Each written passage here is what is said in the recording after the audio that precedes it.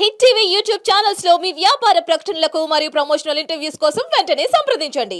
ప్రేక్షకులందరికీ నమస్కారం.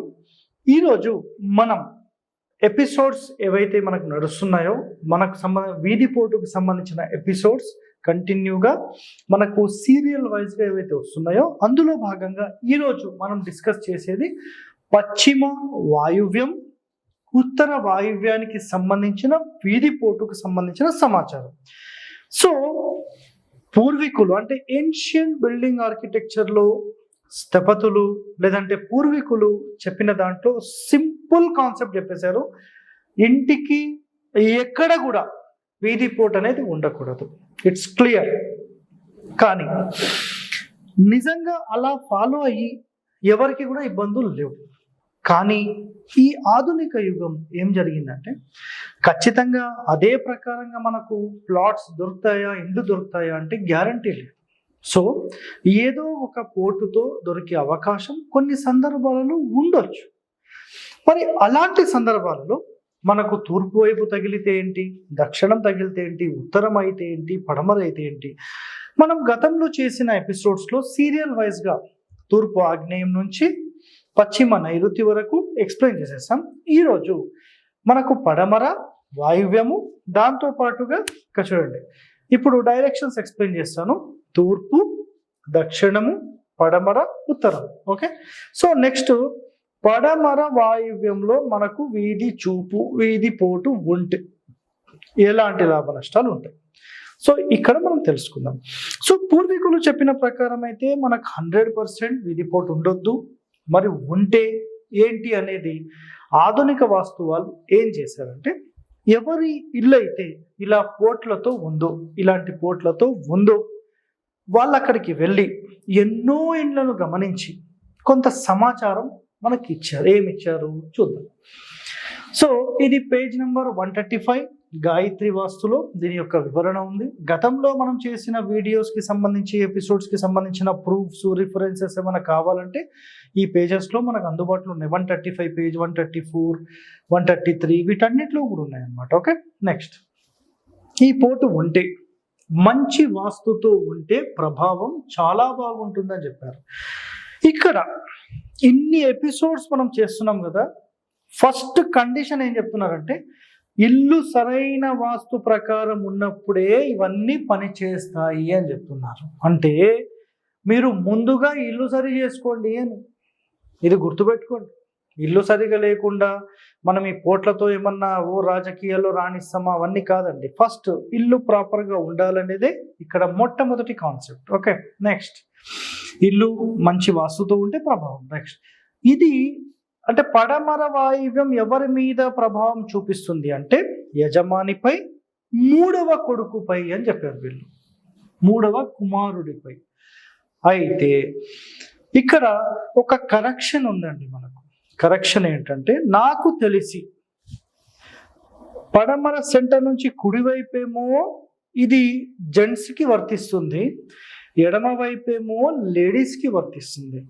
ఈ కరెక్షన్ నేను ఒరిజినల్ శాస్త్రాలకు సంబంధించిన అధ్యయనము, ద్వారాలకు సంబంధించిన అధ్యయనము, ఉచ్చ నీచ స్థానాలకు సంబంధించిన అధ్యయనం చేసిన తరువాత ఇది నేను కరెక్షన్ చేస్తున్నది. గుర్తుపెట్టుకోండి, రాసి పెట్టుకోండి ఈ మాట. సో హరివాస్తు కరెక్షన్ చేస్తున్నది, ఇది రివర్స్ ఉంది అనేది ఇక్కడ కాన్సెప్ట్.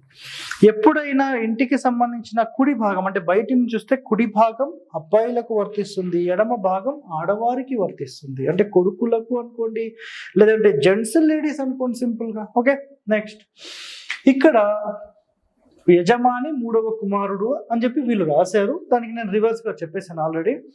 మంచి వాగ్దాటి, సంభాషణ ఆకర్షించే మనుషులు తయారవుతారు. అంటే వీళ్ళు మంచి మాట్లాడడంలో మంచి చాతుర్యం ఉంటుంది. సో చాలామంది కూడా నాకు కూడా కామెంట్ పెట్టారు, సార్ మీ ఇల్లు ఏమైనా పడమర వాయువ్యానికి సంబంధించిన వీధి చూపు కానీ పోటు కానీ ఉందా, మాకు నిజంగా చెప్పండి సార్ అని చెప్పి చాలామంది అడిగారు. లేదండి. Okay, clear. నెక్స్ట్ ఇక్కడ మంచి సంభాషణ అంటే ఏదైతే మనం సంభాషణ చేస్తామో అందులో ఒక ప్రొఫెషనల్స్ లాగా మనం ఉండాలి. నెక్స్ట్ ఆకర్షించే మనిషి అంటే మనం మాట్లాడుతూ ఉంటే ఎదుటి వ్యక్తిని ఆకర్షించేలాగా అట్లాంటి మాటలు మాట్లాడతారనేది కండిషన్ ఇక్కడ. క్లియర్. నెక్స్ట్, న్యాయకత్వం వహించే లక్షణాలు, రాజకీయంలో రాణించే వాళ్ళు, వ్యాపారంలో ఒక రేంజ్కి ఎదిగే వాళ్ళు ఇలాంటి ఇండ్లలో ఉంటారనేది కాన్సెప్ట్. అదేవిధంగా ఇంకోటి చెప్పారు, లాయర్లు, డాక్టర్లు, జ్యోతిష్యులు, నెక్స్ట్ పబ్లిక్ ఫిగర్స్ అంటే ప్రజల్లో ఎక్కువగా తిరిగే వాళ్ళందరూ కూడా ఇలాంటి ఇండ్లలో ఉండి ప్రొఫెషనల్స్ లాగా మారుతారనేది వీళ్ళ అధ్యయనంలో ఉంది. నెక్స్ట్, వాస్తు లేకపోతే అంతా రివర్స్ అవుతుంది. ఒక proper way of building construction, grammar of constructions మీరు పాటించినప్పుడు ఇదంతా రివర్స్ అవుతుంది అనేది ఇక్కడ కాన్సెప్ట్. నెక్స్ట్, ఇది రివర్స్ అయితే 100% ఇక్కడ 2 భార్యలు ఉండే అవకాశాలు ఉంటాయి, లేదంటే డైవర్స్ అయ్యి దూరం అయ్యే అవకాశాలు ఉంటాయి, లేదంటే దివాళా తీయొచ్చు అనేది ఇక్కడ కాన్సెప్ట్ చెప్పబడింది. అదేవిధంగా మనకు ఉత్తర వాయువ్యం కనుక పోటు ఉంటే మరి ఎలాంటి లాభ నష్టాలు ఉంటాయి అనేది మళ్ళీ మనం నెక్స్ట్ కాన్సెప్ట్ తీసుకుంటే ఇందులో సింపుల్గా చూడండి. ఇక్కడ ఏం చెప్పారంటే యజమానురాలు 3వ కుమార్తె అని చెప్పారు. ఓకే, సో 3వ కూతురు. ఇక్కడ కుమారుడు అని చెప్పారు, ఇక్కడ కుమార్తె అని చెప్పారు. సో ఇక్కడ మళ్ళీ కరెక్షన్స్ ఉన్నాయి. ఇది కుమార్తె అని నేను అంటాను, కుమారుడు అని దీన్ని అంటాను. సో ఈ కరెక్షన్స్ 100% మనకు సింపుల్గా చెప్పాలంటే ఉచ్చ నీచ స్థానాల్లో ద్వారాలకు సంబంధించిన కరెక్షన్స్ చేసినప్పుడు ఇవి అర్థమవుతాయండి. ఇది క్లియర్ కట్. ఓకే, నెక్స్ట్, ఆర్థిక, విద్య, ఉద్యోగం వీటన్నిటిలో సమస్యలు ఖచ్చితంగా ఉంటాయి అనేది కాన్సెప్ట్ ఈ ఇంట్లో వాళ్ళకు. అయితే పూర్తి ఉత్తర వాయువ్యంలో డోర్ పెడితే ఆ ఇంట్లో ఆడవాళ్ళు ఎప్పుడు బయటకు వెళ్ళడము, బయట తిరగడము, ఉద్యోగం చేయడం, ఏదైనా ఒక పని వల్ల బయటికి వెళ్తుంది అనేది ఇక్కడ కాన్సెప్ట్. ఒకవేళ తనను వెళ్ళకుండా ఆపితే ఇంట్లో నుంచే పారిపోయే అవకాశాలు కూడా ఉంటాయి. సో వెళ్తుంది వస్తుంది అన్నప్పుడు దాని ప్రభావం తగ్గుతుంది. సో సింపుల్గా చూడండి, ఏదైనా మనకు ఒక రోగం వస్తే చిన్నగా కనిపిస్తే ప్రాబ్లం లేదు, ఏమీ కనిపించట్లేదు సార్ అంటే సడన్గా మీకు ప్రాబ్లమ్స్ వచ్చి సడన్గా మేజర్ డ్యామేజ్ అయిపోతుంది.